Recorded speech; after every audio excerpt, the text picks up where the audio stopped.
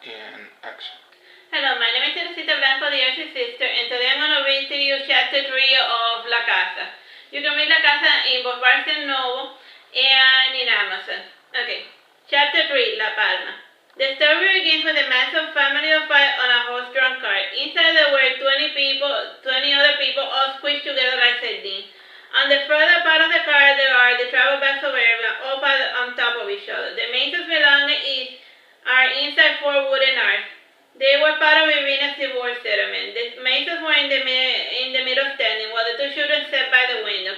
Little Lucero was pouting. She hugged her knees a little and whimpered, "Mom, I want water. You're not getting any," said Eufrasio. Lucero turned around and held on to the bars of the window, and she started kicking the wall. This called the attention of Irina. She came to Lucero and asked, "What do you need?" "I want water," insisted Lucero. Irina pushed herself past a sweaty farmer. She too was sweating a sleeveless summer dress. It was decorated with polka dots. Around her waist she had a white belt. Her makeup was slightly running and she was wearing white sandals. Lucero too was putting her favorite yellow dress. It was decorated with yellow rhinestones. It was knee-long, with a sash with a flower around the hip. Her shoes were black, made of patent leather. Since she used those shoes too much, the metal of the talon was somewhat exposed. As such, whenever she kicked the walls, Lucero made a louder sound. She knew this too, and over the months she had worn down the back of her shoes to increase their acoustics.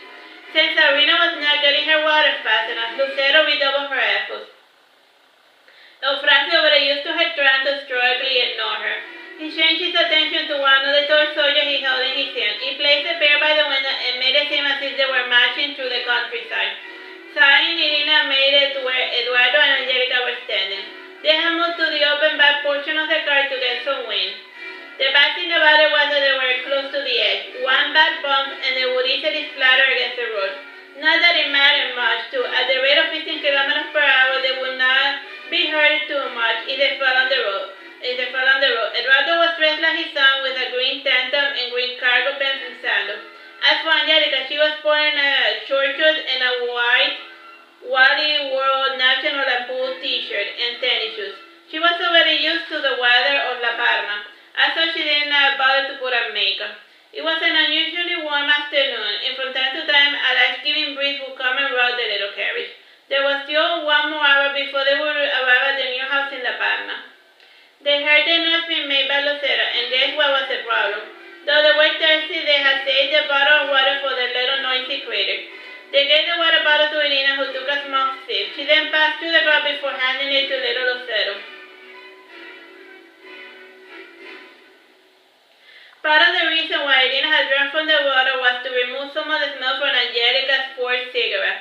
Smoking while on a bumpy carriage ride is almost an impossible feat, but where there is an addiction, there is a way. When Lucero held the bottle, she drank a little bit in order to ration the water.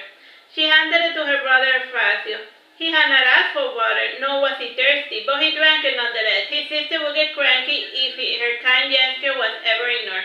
With a firm voice, he said, "Thank you." "You're welcome," said Lucero. She then stood up and held on to the bars of the carriage. Once she had a good grip, she started crying while saying, "I want to get off! Wah!" There was a universal moan echo throughout the carriage. She then started smacking the chair with her heels of her shoes while rattling the bars of the window. She continued in this fashion for the remainder of the 1-hour trip. Every 15 minutes, she would take a 1-minute break to rest her voice and get more water. Once her throat was hydrated enough, she would continue her tantrum. The other passengers were just waiting for the moment to end. A couple had even got enough to continue walking the rest of the way. Those lazy and anxious they had to endure the high-pitched calmness that was Lucero. You might be wondering why Lucero had not been disciplined. Discipline had been tried before and it had failed many times. Reasoning with her also did not work because Lucero had an independent mind and she could not be reasoned out of her reason. And as for physical discipline, it is true that it was commonplace in Cuba. Irina was at the age when she mothered her grandchildren even more than her own mother. As for Angelica, she had tried to do so once and her husband had told her, "Lucero is flesh of your flesh." This was the one and only time Angelica had ever tried physical discipline on her daughter. On hindsight, she should have controlled herself when she saw that Lucero had mutilated, drowned, and